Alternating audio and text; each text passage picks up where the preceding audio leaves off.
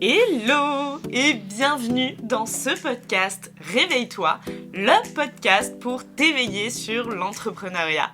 Moi, c'est Ludivine, fondatrice de l'entreprise Ta Lumière Divine et de ce podcast Réveille-toi, dans lequel je vais te partager mes expériences d'entrepreneur éveillé.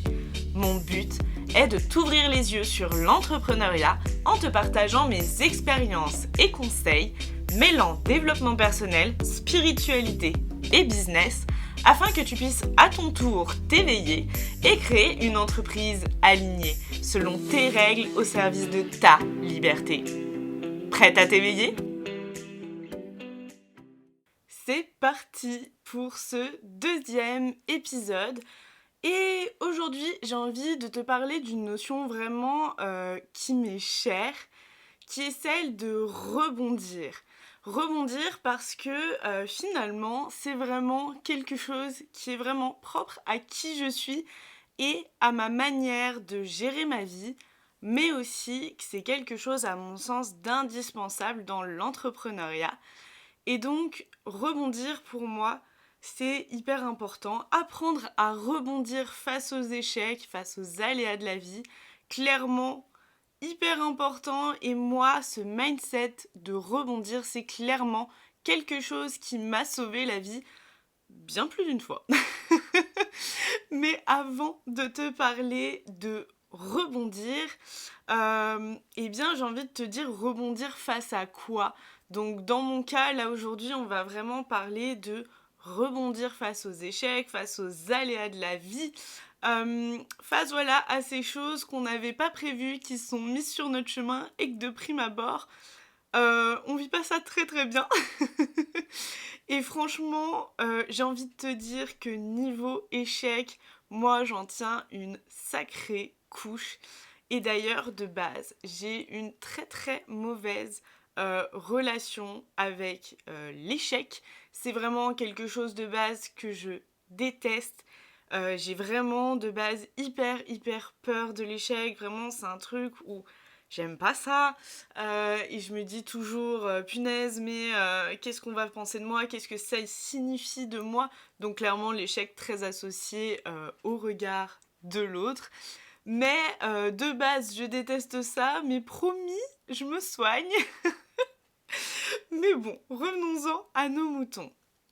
Pour moi, l'échec, en fait, derrière échec, chacun va un petit peu poser sa définition. Et aujourd'hui, pour que tu comprennes bien ce dont je vais te parler, je vais te donner tout simplement la mienne. Pour moi, un échec, en tout cas comment je le représente dans ma vie, c'est quand quelque chose ne se passe pas comme je l'avais prévu. Donc, ce qui est assez comique, c'est que c'est un petit peu le propre de la vie. Donc dans ma tête, tu t'imagines donc qu'il y a beaucoup d'échecs. Mais bon, c'est pas grave. Et aujourd'hui, j'ai compris que c'était ok. Mais surtout, finalement, que les échecs, ce sont des opportunités à grandir qui me permettent finalement de tester ma capacité de rebond, ma flexibilité, mon adaptabilité. Donc en fait, finalement, les échecs, ce serait presque comme un super pouvoir pour moi. Mais bon, tu l'auras compris, ça n'a pas toujours été le cas. Et vraiment, avant, je détestais les échecs. Maintenant, ok, je deal mieux avec. C'est pas encore mes meilleurs potes, je vais pas mentir. Mais je comprends en fait beaucoup plus facilement et je l'intègre au quotidien qu'ils font partie du processus d'essai-erreur qui est vraiment nécessaire à ma réussite dans tous mes domaines de vie confondus, que ça soit l'équitation, que ça soit le pro, mon business, que ça soit le perso, ma vie de couple, mes potes, ma famille, bref, un petit peu de tout en fait. Donc pourquoi est-ce que je te raconte tout ça ?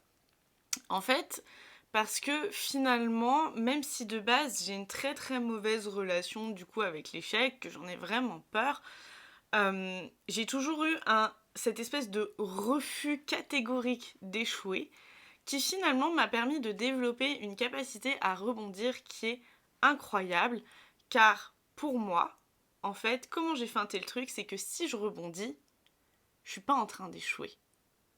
Et c'est un petit peu ce que j'ai appelé, et je crois que j'avais fait un post là-dessus il y a quelques temps, sur mon Insta, j'ai appelé ça le mindset de kangourou. C'est-à-dire que peu importe ce qui m'arrive, je rebondis, je fais mes petits sauts, je trouve des alternatives. Donc pour t'expliquer un peu, hem, vraiment quelle forme est-ce que ça peut prendre, comment est-ce que ça peut se manifester dans la vie et quelles réactions, bah, du coup, j'ai eues qui m'ont permis de rebondir. Je vais te donner quelques exemples, d'échecs que moi j'estime être des échecs dans ma vie. Finalement, ça n'aura pas été des échecs, ça m'aura servi à autre chose, mais de base, des choses que j'ai perçues de prime abord comme des échecs. Et je voudrais te dire, avant de te confier tout ça, que vraiment, dans chacune des situations que je vais t'énoncer, je peux t'assurer que j'avais tellement, mais tellement peur d'échouer. Quand j'étais dedans, je pensais que clairement ma vie était foutue. Et je pèse mes mots, hein, je pensais vraiment, dans chacune de ces situations dont je vais te parler, que ma vie était foutue, que j'allais jamais m'en sortir, que j'allais finir à la rue et par crever. Comme quoi, notre mental et l'histoire qu'on se raconte par rapport à certains événements de notre vie, ça peut vraiment aller loin, mais en tout cas, c'était ma réalité, c'était ce que je croyais, et c'est ok, mais tout ça pour te dire que vraiment, l'échec et moi, on revient de loin, et ne pense pas que sous prétexte que j'ai mon business aujourd'hui, que j'ai mon podcast, que je suis quelqu'un de relativement souriant, etc., euh, tout est simple, tout est facile, tout est tout beau, tout rose. Non, c'est faux. Et moi aussi, je reviens de loin. Donc peut-être que certains des exemples que je vais te donner vont te parler. Dans un premier temps, j'aimerais te parler du premier échec qui pour moi a vraiment été très très marquant. C'est quand j'ai été à la recherche d'un master après ma licence de gestion. Donc j'étais à l'IAE Lyon. Et je voulais absolument faire du marketing et de la communication. Et j'avais déjà pas mal d'expériences, de stages, de l'associatif, des petites choses à droite à gauche dans ce domaine-là. Et je me dis, super, je vais postuler à mon master à l'IAE, je postule nulle part d'autre parce qu'avec mon expérience, vraiment, genre, ce serait incroyable que je sois pas prise, c'est trop bizarre, donc je postule là et c'est absolument ça que je veux, donc je me dirige vers cette solution-là, cet objectif-là, et à l'époque, je ne postule nulle part ailleurs. Et en fait, ce qui se passe, c'est qu'en plus, du coup, vraiment coup du sort, je reçois les résultats d'admission en master 1, du coup, le jour de mon anniversaire. Et on me dit, tu n'es pas prise dans ce master, pas de voie de contestation, c'est fini. Et là, je me dis, putain, qu'est-ce que je fais de ma vie? Euh, Moi, on m'a toujours dit, il faut faire des études, un bac plus 5, pour pouvoir avoir un vrai salaire, un truc sympa, machin et tout. Là, qu'est-ce qui se passe? Il va falloir que je me trouve un job nul à chier, que je m'arrête à mes 3 années de licence. C'est pas du tout ce que je voulais. Je suis foutue, je trouverai jamais quelque chose de bien, j'arriverai jamais à payer mes factures. Bim bam boum, je finis à la rue, je finis par crever. C'est la fin du monde. Or, moi, je me suis dit, ok, je m'autorise à voir ce scénario catastrophe 2 minutes, mais ma vie peut pas être foutue. Ma vie ne peut pas s'arrêter là. Et je me suis dit, ok, système D, qu'est-ce que je peux faire pour rebondir et terminer mes 5 années d'études? Et du coup, à l'époque, ce que je fais, c'est que je postule dans une école de commerce où je n'ai pas en fait d'examen d'entrée à passer, ni quoi, ni qu'est-ce. J'ai tout simplement une espèce de questionnaire de motivation à remplir. En plus, c'est une école de co, donc clairement, je suis complètement dans un master communication, vraiment focus sur ce que je veux, et je me dis, ça va être génial. Et je mise tout sur cette autre solution parce que toutes les autres écoles demandent d'avoir passé des tests X ou Y.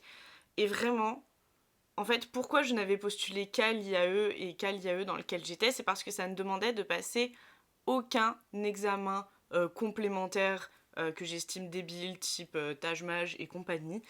Et cette école, du coup, était la seule à ne pas fonctionner comme ça aussi. Donc je me dis, je fonce là-dedans. Et en fait, depuis toujours, j'avais ce refus, du coup, quand j'ai commencé mes études supérieures, de refus du système. Refus de me dire, là, une fois de plus, je vais devoir me conformer, je vais devoir faire des tests débiles qui ne révèlent absolument ni mes capacités, ni ma personnalité, ni ce en quoi je suis douée, en quoi je suis un bon élément pour ce master. Donc je ne ferai pas ça et je ne me plierai pas à ce système. Et du coup, bah, coup de chance, ou plutôt redirection de la vie, en me basant sur cette valeur d'unicité, de détermination, de qui je suis, c'est bien plus qu'un simple test. Je postule à ce truc, à cette école, et là, bim, je suis prise et j'ai mon Master 1. Donc là, première fois de ma vie où je me suis dit, je vais pas me laisser faire par cet échec et je vais rebondir, je vais trouver une autre solution. Ok, c'était pas ma solution numéro 1, mais peut-être qu'elle me redirige finalement plus vers ce que je veux. Et finalement, j'étais ravie de faire cette première année en école de commerce pour mon Master 1 parce que finalement, ça me menait complètement à ce que je voulais faire à l'époque. Dans ce genre d'épisode, clairement, ça n'a pas été le seul niveau professionnel, mais je pense plutôt là passer à un exemple un peu perso pour montrer qu'on peut vraiment rebondir face à toute situation. Et j'aimerais parler du coup des nombreuses fois où je me suis fait plaquer, où une relation amoureuse s'est terminée et où je croyais que c'était la fin du monde, que je ne retrouverais plus jamais l'amour, que plus personne ne m'aimerait et que j'allais finir seule avec des chats. Et que peut-être que du coup, vu que personne m'aimerait, j'allais encore finir à la rue et crever. Bref. Et en fait, finalement, dans ces situations, et je vais repenser à la dernière fois où je me suis séparée avec quelqu'un, je me suis dit une chose en mode, ma vie peut pas être finie maintenant. Pareil, ma vie ne peut pas s'arrêter là. Je vais rebondir. Et puis, si ça m'arrive maintenant, c'est qu'il y a une raison. Et je pense que finalement, cette personne-là n'était pas la bonne personne pour moi. Et que j'ai quelque chose de mieux qui m'attendra derrière. J'ai bien plus de temps pour moi. Je vais avoir du temps pour à nouveau m'aimer, reprendre confiance en moi, m'estimer à nouveau, pour me préparer à ce qu'il y a de mieux pour moi.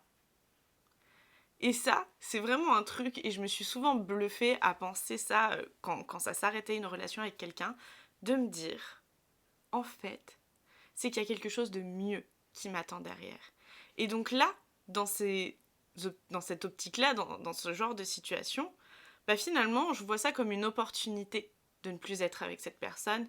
Et je me dis, punaise, je suis tellement drivée par cette valeur d'amour pour moi que let's go, je vais pouvoir faire un truc de dingue et ça va être trop cool. Je vais prendre du temps pour moi, je vais m'aimer. Et là, boum, je rebondis. Je comprends que je dépends plus de l'autre, mais qu'en fait, j'ai qu'à dépendre de moi-même, à me construire, à être bien avec moi, pour pouvoir enfin être bien avec quelqu'un d'autre. Donc comme quoi, rebondir, on peut le faire dans n'importe quel domaine de vie. Et rebondir, c'est aussi quelque chose que j'ai appris à faire dans l'entrepreneuriat, même si j'aurais bien aimé parfois avoir un parcours tout facile, tout simple, mais en vrai, la réussite n'aurait pas la même saveur sans tous ces petits aléas.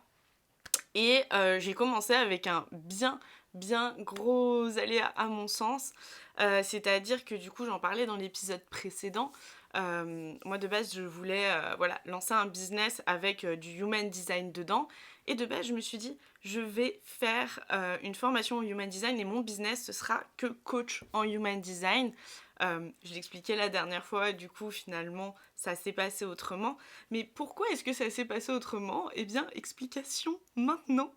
En réalité, ce qui s'est passé et pourquoi mon business n'a pas été que du human design, c'est que j'avais ma formation en human design qui a été repoussée de plus d'un mois.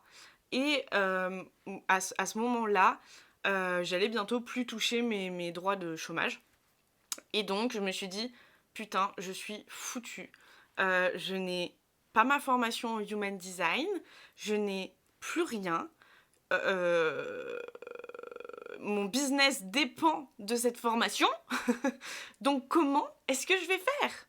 comment est-ce que je vais m'en sortir si je ne peux pas lancer mon business maintenant? Et du coup, à ce moment-là, je me dis clairement, pareil, je suis foutue, je vais pas avoir d'argent, mon mec va finir par me quitter parce que je suis une grosse merde, j'arrive à rien. Donc, c'est la merde, vraiment, c'est la merde. Et je me dis, voilà, encore ce scénario catastrophe. Et puis, à l'époque, je me fais coacher et grâce à l'outil que me transmet ma coach à ce moment-là, je me dis, ok, comment est-ce que tu peux rebondir face à cette situation qui est, de prime abord, si compliquée, si difficile? Je me suis dit, finalement, est-ce que mon business, c'est que du human design? Est-ce que c'est ça que j'ai envie de faire? Que du human design? Non. Et je rebondis et je me dis, je vais me rediriger vraiment vers ce que je kiffe transmettre avec ma joie, mon envie de contribuer, etc. Et boum, je me lance avec, à la base, du coaching mindset. Et puis au bout d'un moment, coach mindset, je me suis rendu compte que c'était plus ce qui me convenait, que c'était trop limitant. Et du coup, au lieu de me dire, c'est fini, j'arrête mon entreprise, ça me va plus, je me suis dit, non, en fait, quelle casquette aujourd'hui est-ce que je peux me permettre d'emprunter? Et j'essayerai autant de casquettes qu'il faut jusqu'à trouver la mienne, qui est aujourd'hui celle de coach et mentor business aligné. Mais tout ça, ça m'a demandé de rebondir, ça m'a demandé d'avoir une capacité d'adaptabilité, de flexibilité beaucoup plus grande que ce que j'aurais cru de base. Ça m'a demandé d'accepter le changement et de comprendre que l'échec, entre guillemets, ce que je percevais comme un échec, n'est pas forcément toujours là pour me pourrir la vie. C'est pas l'univers qui joue contre moi. Non, c'est une manière de pouvoir me rediriger ou de confirmer mes choix, en fait. L'échec, en soi, ne signifie rien en tant que tel, c'est juste un indicateur qui permet de me rediriger. Et c'est avec un petit peu cette philosophie que j'aimerais que, aujourd'hui, peut-être tu te mettes à percevoir les échecs, parce que c'est pas forcément aussi moche, aussi négatif que ce qu'on pense de prime abord. Et à mon sens, du coup, les questions que tu peux te poser, en fait, quand tu es face à une situation qui, de base, te semble ressembler à un échec, qui, de base, te semble difficile, chiante, inconfortable, pas prévue au programme, bref, un aléa, moi, je t'inviterais, parce que t'es pas obligé de plonger dans ton scénario catastrophe comme moi je l'ai fait à chaque fois avant de te dire ok, je rebondis. Tu peux rebondir directement, tu as ce choix, sache-le. Et je t'invite à te poser ces questions. La première étant ok, face à tout ça, comment est-ce que je peux rebondir? Mais aussi comment est-ce que je peux finalement retomber sur mes pattes? Quels autres moyens s'offrent à moi pour me diriger vers mon objectif? Et je t'invite à te laisser guider par tes valeurs. Chez moi, les valeurs qui me sont fortes et qui vont vraiment me guider, c'est cette unicité, ce fait d'être soi-même. C'est ces notions de contribution, de transmission, de partage. Ça va être toute cette valeur très très forte chez moi qui est autour de l'amour de moi, l'amour pour les autres, et cette joie que j'aime tant incarner au quotidien, cette joie qui m'est chère. Toutes ces valeurs-là, donc d'unicité, de contribution, d'amour, de joie, me mènent à la liberté. Et c'est finalement ces valeurs qui vont me driver pour avoir la motivation, la résilience, la volonté de rebondir quoi qu'il arrive. Et donc moi je t'invite dans ce cas-là en fait tout simplement à réfléchir un petit peu à tes valeurs, parce que c'est ces valeurs qui peuvent t'orienter, te driver sur la manière aujourd'hui que tu peux avoir de rebondir face à chaque situation. Donc bien évidemment, ça va demander d'être conscient de soi, de se connaître, d'avoir identifié ses valeurs, d'avoir foi en soi, foi en la vie, de se détacher du regard des autres et de sortir de l'histoire qu'on se raconte. Il y a donc bref, c'est relatif, boulot niveau mindset, et c'est ça en fait qui va être intéressant de travailler, et c'est ça qu'on vient faire dans mon programme individuel qui s'appelle comme une évidence. Dans ce programme-là, je t'amène à être beaucoup plus consciente de toi, de tes pensées, de tes émotions, de ton fonctionnement, de tes énergies, mais aussi du monde qui t'entoure, afin que tu puisses te reconnecter à qui tu es vraiment, à ta véritable nature, et que tu puisses enfin vivre une vie intentionnelle, où tu es l'actrice principale, où tu es vraiment créatrice de ta réalité. Parce que finalement, tu as toujours le choix. Le choix de vivre dans une réalité qui te convient ou non. De t'affirmer pleinement ou non. D'être toi-même ou non. De te respecter ou non. De vivre pour les autres ou de vivre pour toi, etc. Bref, ce programme comme une évidence, c'est un magnifique programme de 8 semaines que je te laisse découvrir sur mon Instagram, donc @talumièredivine.coaching, ou que tu peux aussi trouver très facilement sur mon site internet talumièredivine.fr. S'il t'intéresse ou que tu as des questions, n'hésite pas à m'envoyer un petit message. Bref, ce programme, c'est de la bombe et en tout cas, il représente bien finalement ce qu'est rebondir, puisque ce programme, comme une évidence, c'est finalement ce qui m'a permis de rebondir dans la vie et il retrace ma transformation dont je parlais brièvement, enfin pas si brièvement finalement, dans le premier épisode, suite au gros déclencheur que j'ai eu et qui m'a permis de prendre conscience que ma vie devait changer et de ce que je voulais vraiment. Bref, c'est ce genre de transformation qu'on a avec ce programme-là. En tout cas, pour conclure un petit peu sur cette thématique d'aujourd'hui, de rebondir face aux échecs, aux aléas de la vie. Alors bien sûr, je suis bien d'accord avec toi, les aléas, les échecs, ces opportunités à grandir, comme j'aime les appeler maintenant aujourd'hui, quand on les reçoit, on a souvent de prime abord envie de se tirer une balle et de crier, moi-même ça m'arrive de le faire, pourquoi moi? Pourquoi est-ce que la vie joue contre moi? Pourquoi? Et en réalité, quand on sort un petit peu de ce mode drama queen, on se rend compte qu'on a toujours la possibilité de voir les choses autrement. On a le pouvoir de choisir comment interpréter ces événements, ces situations, ces aléas qui, finalement, sont totalement neutres. Et ils en disent bien plus sur nous que sur ce qu'ils sont réellement en tant que tels. Donc tu as toujours le pouvoir de choisir intentionnellement comment tu veux percevoir le monde. Donc aujourd'hui, à toi de te demander comment est-ce que tu as envie de percevoir tes échecs, tes aléas, comme des leçons, comme des opportunités à grandir ou comme la pire honte du monde, quelque chose qui va te manger intérieurement, qui va te ronger et qui va être difficile à vivre et à traverser. Tu as toujours le choix et tu peux choisir aujourd'hui. Vraiment, réveille-toi, tu as ce choix. Tu peux choisir comment est-ce que tu vas interpréter cet aléa, cet événement, cette situation. Tu as ce choix entre t'apitoyer sur ton sort et abandonner et rebondir parce qu'on peut toujours rebondir. Et je terminerai par une phrase de quelqu'un qui m'inspire énormément et que j'admire beaucoup, qui est François Lemay, qui explique que quand on est dans une période difficile de contraction, eh bien, autant dire merci à la vie. Parce que après la contraction, vient l'expansion. C'est tout pour moi pour aujourd'hui. Merci d'avoir écouté cet épisode.